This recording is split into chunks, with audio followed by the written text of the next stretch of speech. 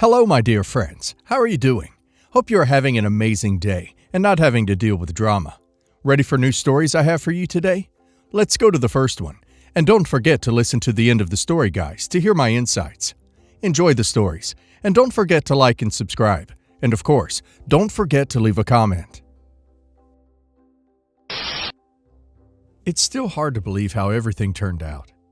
I never imagined my marriage would end up the way it did, or that someone I trusted more than anyone else in the world could betray me so completely. Jason and I met during our freshman year of college. From the start, we just clicked. We had similar interests, the same sense of humor, and the way we saw life made you feel like you'd known each other for years. We became inseparable. I couldn't have asked for a better friend. Over the years, our bond grew even stronger. He became like a brother to me, someone I thought I'd be able to count on for the rest of my life. There's one moment that really cemented how I felt about Jason's loyalty. We were at a river with a big group of friends, enjoying the summer break. I'd never been a strong swimmer, but I felt confident enough. I must have underestimated the current, because before I knew it, I was struggling to keep my head above water. Jason didn't hesitate for even a second. He jumped in, swam straight to me, and pulled me back to safety. I don't think I even thanked him properly at the time. I was too shaken, but it left an impression. After that, I thought, this guy will always have my back. I can trust him with my life. A few years after college, Jason introduced me to Lauren. She was his sister Melissa's best friend, and he'd been telling me for months that we should meet. You'll love her, he said. She's smart, funny, and exactly the type of girl that would suit you.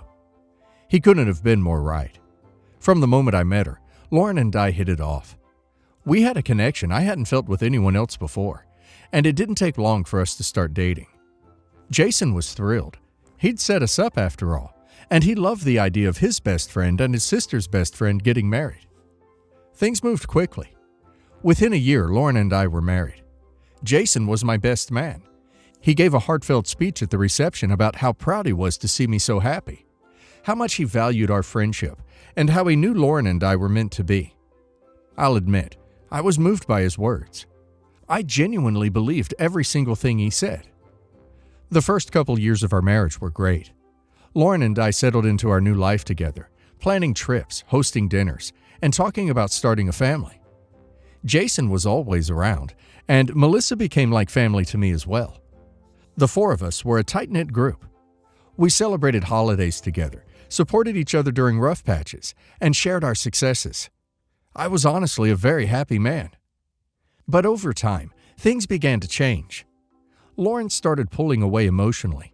She wasn't as warm or as interested to spend time with me. She'd get frustrated over little things, how I folded the laundry, how I cooked dinner, or how I brought up something that happened at work. It felt like everything I did was wrong, and the more I tried to fix it, the more distant she seemed. I told myself it was just a rough patch. Every marriage has ups and downs, right? I thought she just needed some space, or maybe was dealing with stress she hadn't shared yet. Then there were the visits to her best friend's house. At first, I didn't think much of it. They'd been close long before I was ever in the picture, and I figured Lauren just needed time to relax and vent. But the visits became more frequent and lasted longer. Sometimes she'd be gone for hours, coming home late and acting distracted and distant. I asked her about it a few times, but she always had an explanation. She said Melissa was going through a tough time, but she couldn't share the details because she was asked not to. I wanted to believe her, so I didn't press the issue. Melissa, Jason's sister, was the one who finally told me what was really going on.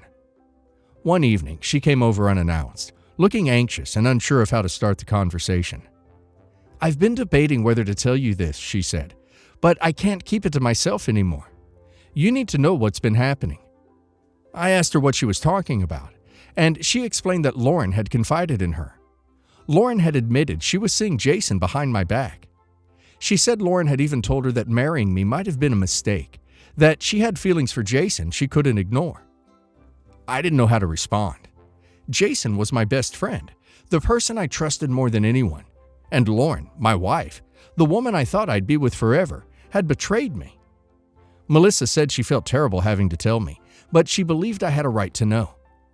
When I confronted Lauren, she admitted it right away. She said she was confused, that it started without her realizing what was happening, and that she still cared about me. But she couldn't deny what she had done. She said it was a mistake, but it didn't matter to me. The damage was done. I couldn't trust her anymore. I filed for divorce not long after. The months that followed were some of the hardest of my life. I cut ties with Jason completely. I still couldn't believe he had betrayed me like this. The man who had once saved my life was now the person who had destroyed it. Lauren tried to apologize, but it was too late. I didn't want her excuses or explanations. I just wanted to move on. Melissa became my biggest source of support during that time. She was angry and hurt too. Her own brother had betrayed her trust, and she felt just as blindsided as I did. We spent a lot of time talking, helping each other process what had happened. Over time, our friendship deepened. I didn't plan for it to happen, but I started to see her in a different light. She was someone I could count on, someone who genuinely cared about me and understood the pain I was going through. Eventually, we started dating, and a year after my divorce, I proposed to her. She said yes. I was finally beginning to feel like my life was back on track.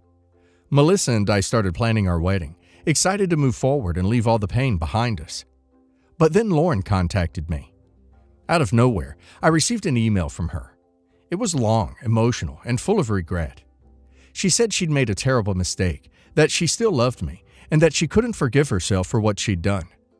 She begged me not to marry Melissa, saying Jason meant nothing to her compared to me, and that she'd been confused, but now realized she couldn't live without me. She said she will leave Jason and come running back to me if I would just give her a sign. I was shocked. I showed the email to Melissa, and we agreed Jason needed to know about the email, so Melissa forwarded it to him. Apparently, when Jason saw it, he kicked Lauren out. She had nowhere to go and started blaming me for everything. Lauren called me, alternating between crying and shouting. She accused me of betraying her trust and breaking her confidence. I wrote that to you, she said repeatedly, not to Melissa, not to Jason. That was private. How could you do this? She went on about how she opened her heart out of love to me, and I made fun of her and humiliated her. She said I'm a petty person, and did it because I wanted to have revenge on her. From my perspective, I thought forwarding the email to Jason was the right thing to do. He was directly involved. Her letter had essentially told me that she regretted what she'd done with him and wanted me back. I believe Jason needed to know what she was saying behind his back, just as much as Melissa deserved to know what Lauren was trying to do. To me, this wasn't about revenge. It was about honesty. After everything that had happened, I felt I had an obligation to be transparent with Melissa. Am I the a-hole? I just can't wrap my head around the audacity of some people. Lauren and Jason both made their own choices and betrayed the trust of someone they supposedly cared about. Yet, somehow, Lauren thinks she's the victim for getting caught? Good on OP for moving forward with Melissa. It takes strength to walk away from something so toxic, and it sounds like OP has found someone who actually values him and supports him. The past is behind OP now, and he should be grateful for having another chance for a bright future with Melissa. And now let's hear the community's opinion. It says a lot about how messy and out of control things got that even Jason couldn't stomach Lauren's letter. I mean, he was part of the whole disaster, and he still couldn't handle her attempts to crawl back to you. I think that just proves how manipulative she is. It's like she thought she could play every angle and everyone would just go along with it. I'm glad you stuck to your guns and moved forward. You're better off without that kind of chaos in your life. Lauren blaming you for her problems is seriously next-level delusional. She's the one who cheated. She's the one who tried to get back with you despite her own mess. And now she's blaming you for letting Jason know what's going on? It's like she can't comprehend that her actions have consequences. You absolutely did the right thing by being transparent about it. If she's so upset about her life falling apart, she only has herself to blame for that. No one deserves to be gaslit after being betrayed like you were. You handled it the best way anyone could. Melissa sounds like the real MVP here. She didn't just stand by you when things fell apart. She helped you pick up the pieces, and you two built something better together. That's what true support looks like. Honestly, it sounds like your life is heading in a much more positive direction now, and you should be proud of how far you've come. Don't let Lauren or anyone else pull you back into their drama. Focus on the future and I hope your wedding with Melissa is everything you both dreamed of. You deserve every bit of happiness after all you've been through. Things are complicated, but I'll try to sum it up for you. I, male 34, met my ex-wife 7 years ago. We dated for 1 year and were married for 2 before we divorced. When we met, she already had 2 kids from her previous relationship, Patrick, male 13, and Luna, female 10. We have 1 son, Tony, male 5, together. My own relationship with her kids was good, but they never treated me as their dad or something like that, because their dad was involved in their life. Although my wife had primary custody, we all understood I was stepdad, and we were fine with it. My relationship with my ex-wife was good, and I thought very loving. Although after our divorce, I realized that she used to talk a lot about her ex-husband, comparing the 2 of us and stuff like that, which is definitely weird, but I didn't notice it at the time. Well, turns out that she really couldn't forget her ex, and she ended up cheating with him. This was very hard to process when I found out thanks to one of her friends, and our divorce was not easy. When her family found out about her infidelity, they got very angry at her and went no contact with her. All of this happened 4 years ago. Ever since, her and her husband had 2 more babies together, 3 and a few months old baby. Her husband got diagnosed with cancer around November last year. Even after everything they did to me, I still feel sorry for them and their kids. It's a bad situation, which makes me think I'm a jerk. My ex and I have shared custody with our son, but ever since her husband got sick, my son has been staying with me more days, as sometimes my ex's husband has to stay at the hospital, and my ex has to help him. I'm okay with this, of course. However, my ex asked me if I can start taking all of her kids home with me when I pick up my son on these kind of emergencies. I told her that I don't want to do that, and instead she should ask a friend to take care of them, or try to pay a babysitter. I pay good child care, and I know they're not spending all that money on my son at the moment, because he's mostly with me. I think it'll be enough to pay for a couple hours. She told me her friends don't want to help her anymore, and her family still doesn't talk to her. I told them they need to figure out a solution. I will only help take care of my son. I feel like a piece of crap, to be honest. Like I'm being too petty. Not the a-hole. Sounds like your ex has burned a bunch of bridges and is trying to make you her lifeline because you share a child. The whole situation is unfortunate, but it isn't your responsibility to help her. You're right about her being able to use the money you pay for child support to pay for care for her other kids. But even without that, it would still not be your responsibility. You sound like a caring person, and she knows how to make you feel guilty. But it's not wrong for you to refuse to help. Not the a-hole. Your ex is. Cheated with her ex gets sick, and wants you to take care of her kids with ex. That is complete disrespect to you. Take care of your kid. In fact, get full custody and tell her to kick rocks. Not the a-hole, and you aren't being petty. She is asking you to take care of 4 small kids who aren't your own, including an infant. Ridiculous. Petty would be getting child support reduced due to the current change in custody of your son. You are already supporting her family and are doing enough. My, male 34, friend Chantel, female 25, is pregnant. She only found out that recently. Unfortunately, she found herself being evicted due to rent arrears and has nowhere to go, and the local council won't help her because they claim it's her fault because she refused to pay the landlord. I moved in with my girlfriend a month ago. Evelyn, my girlfriend, female 31, owns her flat. It's got a bedroom, a sitting room, and her home office. I work physically, so I don't need a home office, but she's a translator. She translates books, and mostly works from home. When I found out Chantel needed a place to stay, I asked Evelyn, but she refused, claiming she needed her office. I gave her a few days, hoping she'd understand the difficult position Chantel is at, but she wouldn't budge. So I approached her again, telling her she could work from our bedroom or anywhere really, but it's cruel to leave a pregnant young woman all alone. She still refused. Told me she's only met Chantel once, and Chantel was rude to her. I told her it's the hormones and she shouldn't have taken it personally. She told me I was out of my mind if I thought she'd give up her office for someone who wouldn't even pay rent. I said she couldn't expect a homeless person to pay her rent, and she didn't ask me, so why should my friend? She wasn't happy with that. She told me her answer was final and not to bother her anymore about that. I said I've lived here too, and she must take my opinion into consideration. She replied with, "That can change." I told her she was the a-hole for saying that, but she replied that I was the a-hole for even suggesting something so outrageous. She locked herself in the office to work. I'm furious with her. She's so out of line. I'm about to go out with some mates as it's Friday, and I vented to one of them, and he told me that I was the a-hole. I thought I was right, But my mate agreeing with her took me by surprise, and I wonder, was I the a-hole? You want to move a pregnant woman into your girlfriend's flat and have her give up her own office so your rent-dodging friend has somewhere to stay?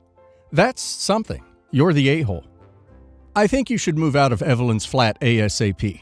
Get your own place and let Chantel move in there. Then you can help her get back on her feet. Since you seem to be such a nice and caring guy, maybe buy an old building and turn it into a homeless shelter. Evelyn is obviously not seeing what a caring and compassionate man you are. I can't believe your own friend doesn't even see what a heart of gold you have. The nerve of these people. I can see why Chantel would be rude to Evelyn. She's clearly not charitable enough like you are. I truly hope you and Chantel start a nonprofit and help others in need with your same level of entitlement. You're the a-hole. You're the a-hole. It's her flat. Your girlfriend needs to work from home, and she doesn't know your friend. She doesn't have to say yes. I haven't seen my mom in a year. Last year, there was a big fight between me, my wife, and my mother about how Christmas would work and who would host. My mom decided she didn't want to see me anymore. It sucks, but I'm not going to beg her. My wife and I have a disagreement regarding our 1.5-year-old son. She thinks my mom is a horrid person for not sending him gifts, cards, asking for pictures. I think if my mom actually wants no contact, she is doing the respectful thing. Also, we both agree she wouldn't be allowed to see him, so I don't really get what my wife wants. I've asked her to not badmouth my mom to any of my family. I want to preserve the few relationships I have left, and it is honestly embarrassing. My grandparents gave my mom zero help with me because not their kid, not their problem. And that was with them being fairly close to my mom. So I can't imagine how they would react to hearing my wife's views on this. Recently, I ran into my uncle at my grandparents' house. It was awkward, as I know that dude hates me and is 100% on my mom's team. But we were all guilted into staying for lunch. My grandmother was trying to get my uncle to come for Thanksgiving, and he got pissy and said no. She knows he spends all his holidays with my mom. My wife then asked how my mom was, and I felt myself cringe. My uncle said she is great. My wife said we wouldn't know, as she never sends any gifts for our son, so maybe she is dead. I gave her a look, begging her to stop. My uncle's wife burst out laughing.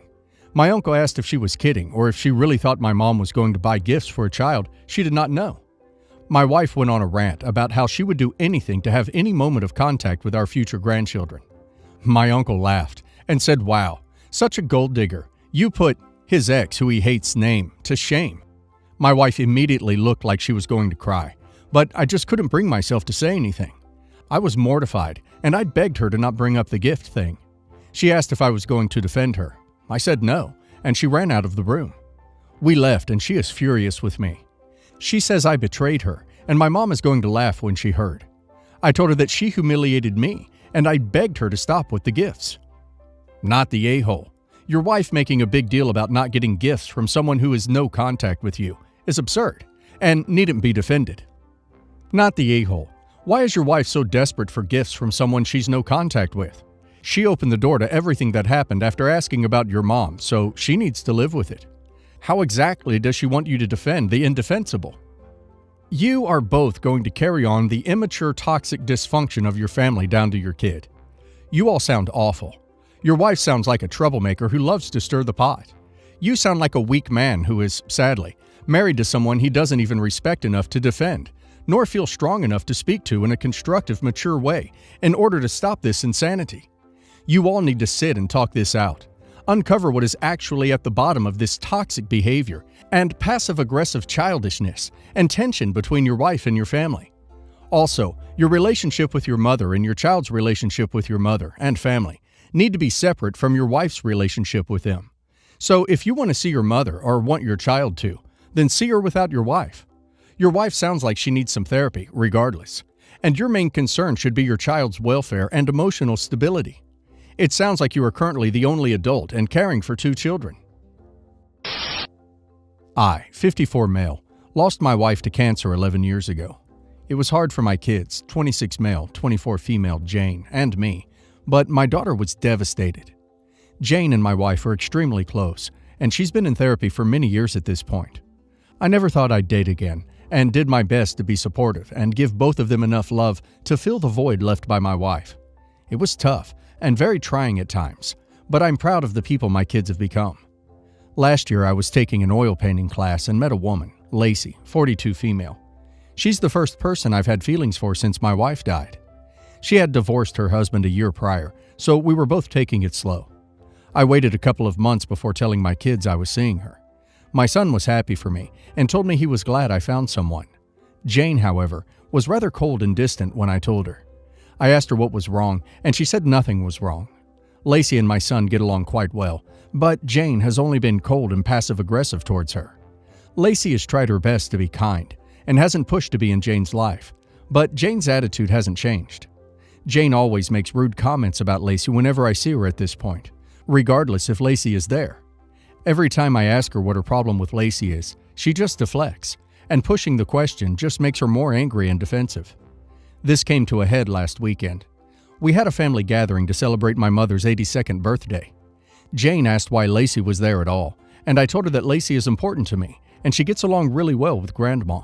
As a side note, the two get along really well since they're both into knitting and arts and crafts. Jane stormed off. I was talking to my son and nephew while Lacey and my mom were talking. Lacey got up to go get a drink, but when she came back, she was almost in tears and told me she wasn't feeling well. I pulled her aside and asked what happened, and apparently, Jane had said some very harsh things to Lacey and stopped short of outright calling her a gold digger. We went home after that. The next day, I called Jane over and Lacey went to the spa. I told Jane that she doesn't have to treat Lacey like her mom, but she has to at the very least be civil. She told me that I was replacing her mom and that she hated that I was trying to forget her mom. I told her that I still visit her mom's grave twice a month, and that was completely unfair of her to say. I asked her if she wanted me to be alone for the rest of my life, and she said she'd prefer that over me dating a woman who only likes me for my money. I told Jane that she either acts civil with Lacey, or I will no longer be giving her money every month. She called me a jerk and left. My son called me later and said that I wasn't being fair, and it's just taking a while for Jane to accept me moving on. I'm not sure what to do at this point. I understand Jane is hurting, but I can't stand seeing her take it out on Lacey. Am I the a-hole? Edit. Jane is in her junior year of college, and I'm paying for her so she can focus on her studies. I encouraged both of my kids to take time before deciding what their plan was, and my daughter tried some different fields to figure out what she wanted to study. Not the a-hole. You don't even need a reason to stop giving an adult child an allowance. Not the a-hole. 11 years after your wife's death, therapy is not working. Your daughter has no right to tell you she'd rather see you alone and unhappy. Time to move on. Maybe if she was not getting money from you, she'd grow up and move on as well. Don't get guilted into not living life. Not the a-hole. Not even in the vicinity. Frankly, if Jane continues to act like a 3-year-old, I would cut off her money. She's 24 and old enough to earn her own living. Basically, my 31 male parents divorced when I was a kid. Both parents remarried, and my siblings and I lived with my low-income mom and her subsequent low-income partner. My step-siblings, who came into the picture a few years later, lived with their mom and my high-income dad. This situation meant that I had to move out when I was 18 because my mom downsized. But my stepsister has been able to live with my dad since she was a teenager, and still does now that she's 31. She pays my dad no rent, has a fully remote job, and shows no willingness to move out and have a life. I resent this because it has been a real struggle for me to get myself set up since I left home over a decade ago, and a lot of what I earn goes on living costs, while she doesn't have to worry about any of that. My dad even brought her on a holiday to Australia a few years ago, and he has never done that for me. I told my dad this situation has made me angry because I think it's unfair, and my stepmom told me to ducking leave her kids alone. I feel like I'm losing my mind over this because I burn with resentment over it. But at the same time, the cost of living is insane, and my stepsister isn't a bad person, just quite delusional maybe. Am I the a-hole for taking issue with this? If so, how do I get over the soul-destroying resentment I feel? Not the a-hole. Your dad is an a-hole here, and not treating his kids the same. He clearly has thrown you to the wolves. You have every right to be upset with him. Not so much your siblings. They are innocent here. But this is something you should not worry or stress about. You literally have no control over this. In the end, you will come out a much stronger and better person because of this. The question here is, how long are you going to let your dad impact your happiness? Not the a-hole. Your issue is with your dad, not your stepsister or stepmom. Insulting or resenting either of them ignores the source, your dad. You're the a-hole. Your sister has done absolutely nothing to earn your resentment. And let's be honest, the actual feeling you're experiencing here is jealousy, because your sister has it easy. When your parents divorced, they in the court decided where the children would go, and if and how much support would be paid. When your dad remarried, that had nothing to do with his prior family. It sounds like they are still married, and those children have the choice to live with him or move out if they want to. If you are angry that your dad is footing a holiday to Australia for your stepsister and not you, the person you should be angry with is your dad. You need to address this with your dad, not your stepmother, and certainly not your step-siblings, who, like you, didn't ask to be put into this situation.